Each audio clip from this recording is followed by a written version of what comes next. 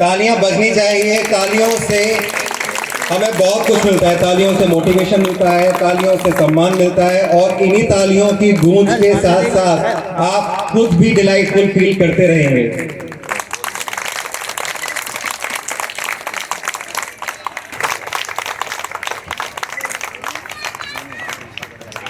बहुत जोर से तालियां, तालियों की आवाज पूरी सुनाई देना चाहिए।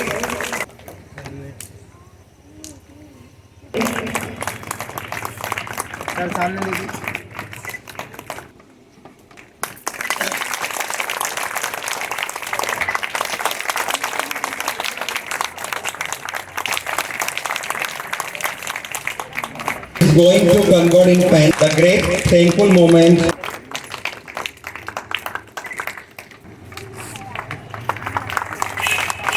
More than 2000 से ज़्यादा, लगभग 2000 से ज़्यादा किड्स स्कूल्स हैं जो रन हो रहे हैं, and very glad to know that Bareilly Kidzee बहुत अच्छा वर्क कर रहा है, एंड कॉन्ग्रेचुलेशंस, आप किड्जी का एक पार्ट है, क्योंकि बहुत सारे पेरेंट्स हैं इंडिया में जो किड्जी का एक पार्ट है, और ये बहुत गर्व की बात है हमारे लिए that you are part of Kidzee. अब बच्चों को हम जैसे बोलते हैं कि भैया हैंड वॉश कर लो, तो वो मतलब खुद से आगे आके बोलते हैं मैम मतलब मम्मा हमें हैंड वॉश करने हैं, जब वो खाना खाने के लिए जाते हैं, जब भी उनके दिमाग में रहता है, तो ये चीज़ें उनके ब्रेन में डेवलपमेंट हुई हैं, ये वो सब चीज़। Touch your hair, touch your ear, touch your nose, touch your hair, touch your nose, raise your hand. Got it? See what is the difference in between? मैं जो कर रहा था आप वो कर रहे थे, मैं जो बोल रहा था वो आप कभी नहीं कर रहे थे, राइट और रॉन्ग? मैं जो बोल रहा था आप वो नहीं कर रहे थे, आप जैसा मुझे देख रहे थे वैसा कर रहे थे, राइट? लास्ट में मैंने अपना सेंटेंस चेंज किया और आप वो नहीं कर रहे थे जो मैं बोल रहा था, आप वो कर रहे थे जो आप मुझे देख रहे थे, right? Last, so as it is for the our child, हमारे बच्चे भी वही करते हैं जो हमें देखते हैं, ना कि हमें सुनते हैं। अगर हम एक बच्चे से ये कहते हैं कि अपना मोबाइल नहीं लो, मोबाइल नहीं चलाओ, वो नहीं सुनेगा, क्योंकि वो खुद देखता है कि पेरेंट्स खुद सबसे ज्यादा मोबाइल ऑपरेट करते हैं, राइट और रॉन्ग?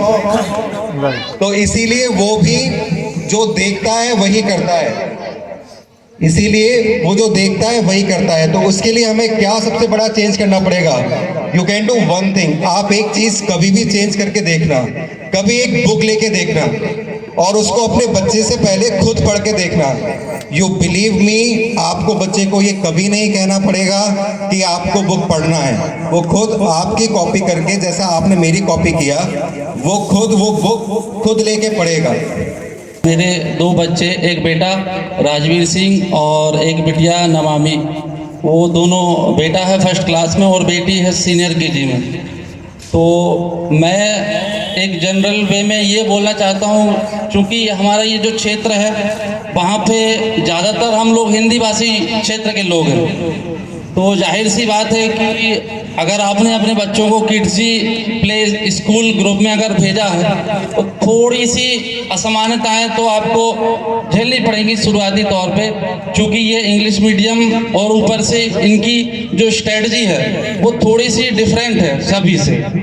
अब नॉर्मल स्कूलों में हम देखते हैं कि उन्होंने एक बोर्ड डिसाइड किया हुआ है कि सीबीएसई हो या एमपी बोर्ड हो या आईसीएसई हो, लेकिन यहाँ पे चूंकि ये प्ले सेक्शन का स्कूल है तो बच्चे की जो नींव जहाँ से शुरू होती है उसमें बहुत सारे इन लोगों का किड्जी स्कूल की तरफ से जो इन्होंने इन्वेंशन किए हुए हैं, कई सारी स्ट्रेटजी जो यहाँ पे साइंटिस्टों के द्वारा, इनके जो भी एक्सपर्ट हैं जी ग्रुप के द्वारा जो इन्वेंशन किए जा रहे हैं, वो बच्चों की मेंटल एबिलिटी को देखते हुए ही किए जा रहे हैं। अब उसमें हम पेरेंट्स को थोड़ा इवन मैं कंप्रोमाइज तो नहीं कहूँगा, थोड़ा सहज महसूस करने की आदत डालनी होगी, क्योंकि 10 साल में बहुत सारा युग परिवर्तन हो जाता है और हमारे बच्चों के बीच में मिनिमम 20 साल का गैप है।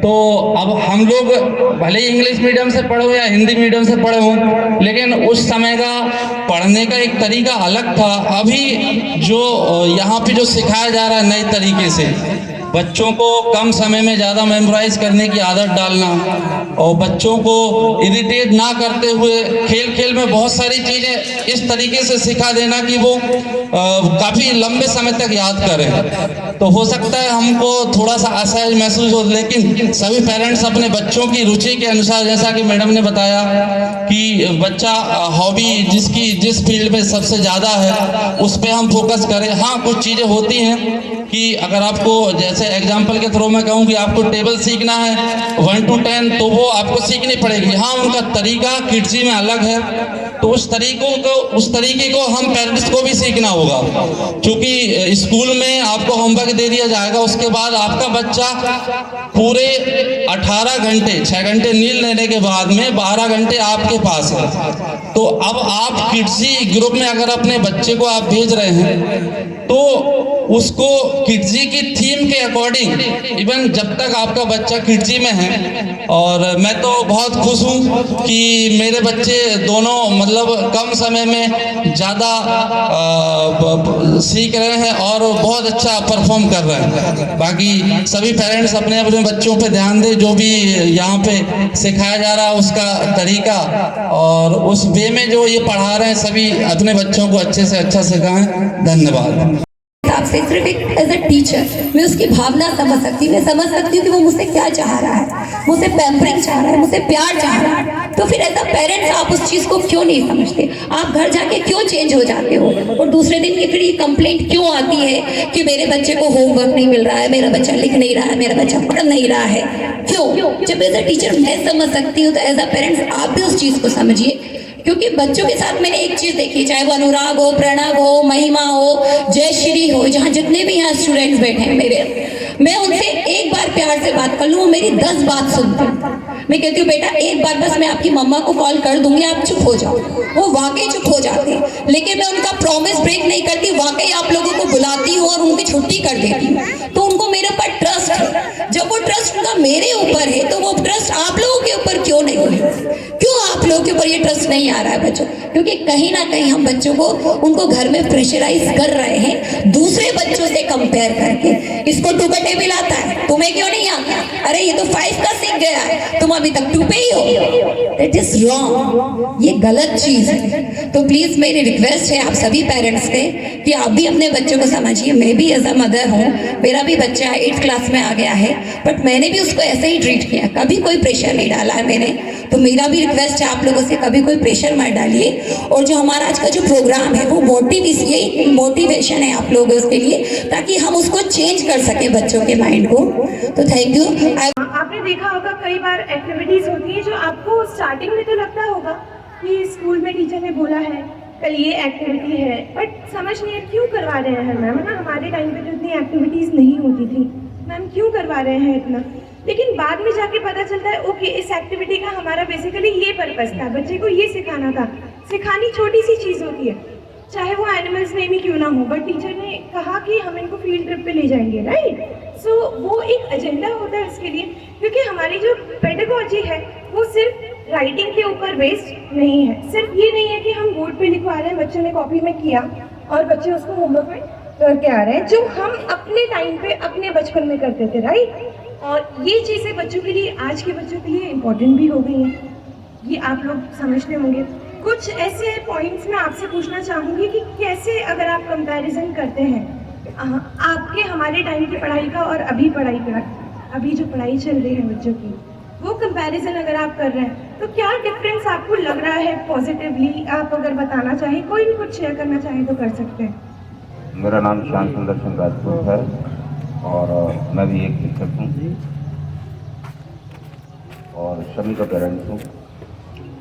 जैसा कि आपने बताया, पहले जो शिक्षा हमने ग्रहण की, बल्कि जो पेरेंट्स हैं लगभग सभी ने ग्रहण की होगी, उस समय याद कराने पे मतलब जोर दिया जाता था। अब शिक्षा पर बहुत सारे शोध हुए हैं और उनमें ये निकल के आया है कि जब हम किसी बच्चे को कोई एक्टिविटी करा देते हैं, कोई गतिविधि करा देते हैं, तो वो बच्चों को हमेशा के लिए लर्न हो जाती है कि हमने इस चीज़ को सीखने के लिए ये गतिविधि की थी। ये इससे हमारे शासकीय उसमें भी चल रहा है, ये गतिविधि आधारित शिक्षण। तो उसमें जैसे हम इतिहास में जब जाते हैं तो पुराने उनको हमको जब लर्न कराना होता है किंग्स को, तो बच्चों से पूछते हैं बेटा आप ये गतिविधि करके लाएंगे, आप अपने पेरेंट्स उनके पिता कहाँ तक आपको लर्न है। तो इस टाइप की कोई गतिविधि या कुछ पत्तियों के विषय में पढ़ाना होता है तो बच्चों से विभिन्न प्रकार के पौधों की पत्तियाँ इकट्ठी करवाते हैं। अच्छा, इसमें बच्चे इंटरेस्ट भी लेते हैं। तो ये शिक्षण में काफ़ी बदलाव आया है और इसको अपनी संस्था भी अप्लाई कर रही है, मुझे बड़ी खुशी है। खुश हो, सभी को बहुत खुश होना चाहिए कि प्रैक्टिकली हमारे बच्चों को बहुत कुछ खेल खेल में सिखाया जा रहा है। और मुझे तो बहुत अच्छा लगता है कि बच्चों को कुछ फील कराना हो, चाहे पानी के बारे में या रेत के बारे में, या इवन कुछ सॉफ्ट चीज़ें हों या हार्ड चीज़ें हों, सभी से कोरिलेट करके बच्चों को बहुत अच्छे तरीके से सिखाया जा रहा है, जो वो मुझे नहीं लगता कि लॉन्ग टाइम तक भूल पाए। और ये सबसे बेस्ट चीज़ है कि सभी कुछ प्रैक्टिकली वो बहुत अच्छे से सीख रहे हैं। Thank you. अनन्या और आराध्य 2 बच्चे आपके यहाँ किड्जी से पढ़े हैं, तो आपका बहुत अच्छा कॉन्सेप्ट है कि आप करके दिखाते हैं और बच्चे उससे सीखते हैं। और ये बहुत अच्छी बात है कि उन्हें बहुत लंबे समय तक सब कुछ याद रहता है, क्योंकि आराध्य और अनन्या में ये मैं चीज़ देखती हूँ। दूसरी बात ये बहुत अच्छी है कि बच्चे अपनी बात को सबके सामने खुल के रख पाते हैं, उन बच्चों में कुछ भी मन में रखने की बात नहीं रहती। ये किड्जी का कॉन्सेप्ट है और इसके लिए मैं सभी से बोलूँगी कि सब लोग ताली बजाएं। लेकिन एक दिक्कत मुझे लगती है, मैं अक्सर ये लोग कहते हैं कि किड्जी में आप पढ़ा रहे हैं कि ठीक है, बच्चे सीख रहे हैं, ये भी बहुत अच्छा है, लेकिन आज का जो ज़माना है वो परसेंटेज मांगता है। बच्चे का ये देखता है कि आपने बच्चे के मार्कशीट पे कितने मार्क्स हैं, तो उसे हम क्या करें। अगर हमारा बच्चा बहुत अच्छा सीख रहा है, हमें मालूम है वो कॉन्सेप्ट भी उसके बहुत क्लियर है, क्योंकि आपका कॉन्सेप्ट अच्छा है और हम उस पर बिलीव करते हैं, इसलिए आपके यहाँ बच्चे हैं। लेकिन बाकी के लोगों को हम ये कैसे प्रूव करें कि हमारे बच्चे उनके बच्चों से बेटर हैं, क्योंकि मार्कशीट तो उनके पास उतने मार्क्स की नहीं है, तो हम उसके लिए क्या करें। So very good question. Ma'am का पॉइंट बहुत एक वैलिड पॉइंट है और मेरे ख्याल से बहुत से पेरेंट्स की क्वेरीज रहती हैं। अब मैं आपको वो बात बताऊंगी जो नेशनल एजुकेशन पॉलिसी जो गवर्नमेंट ने अलाइन की है उसके अकॉर्डिंग। तो उसके अकॉर्डिंग इनिशियली जो प्री स्कूल होता है उसका कोई बोर्ड नहीं होता, राइट। हम क्लास 1 से क्लास 3 से जो फॉर्मल स्कूल्स होते हैं उसके बोर्ड्स हम देख लेते हैं। हमारे स्टेट बोर्ड जो रहता है MP board, then CBSE, then ICSE, okay, then ICCSE, then last में आता है IB board, that is international board. हमारा जो करिकुलम है पेंटेमाइंड जो अलाइन है नेशनल एजुकेशन पॉलिसी से, एनईपी से, वो आईबी बोर्ड की सारी चीजें अलाइन करके चल रहा है। दैट मीन्स वो चीजें जो इंटरनेशनली बच्चा कहीं और किसी कंट्री में जो एक्टिविटीज वो बच्चा कर रहा है वही सेम एक्टिविटीज उनको यहाँ पे प्रोवाइड हो रही है। तो first thing is that. Another thing, कोई भी स्कूल ये क्वेश्चन नहीं कर सकता कि हमको फर्स्ट क्लास में एडमिशन के लिए इनके मार्किंग्स चाहिए। That is not the way. ये चीज आपको, और जो स्पेशली इस फील्ड से जुड़े हुए होंगे उनको भी ये चीजें पता होंगी। फर्स्ट क्लास में एडमिशन के लिए किसी को भी मार्कशीट्स की नीड नहीं रहती।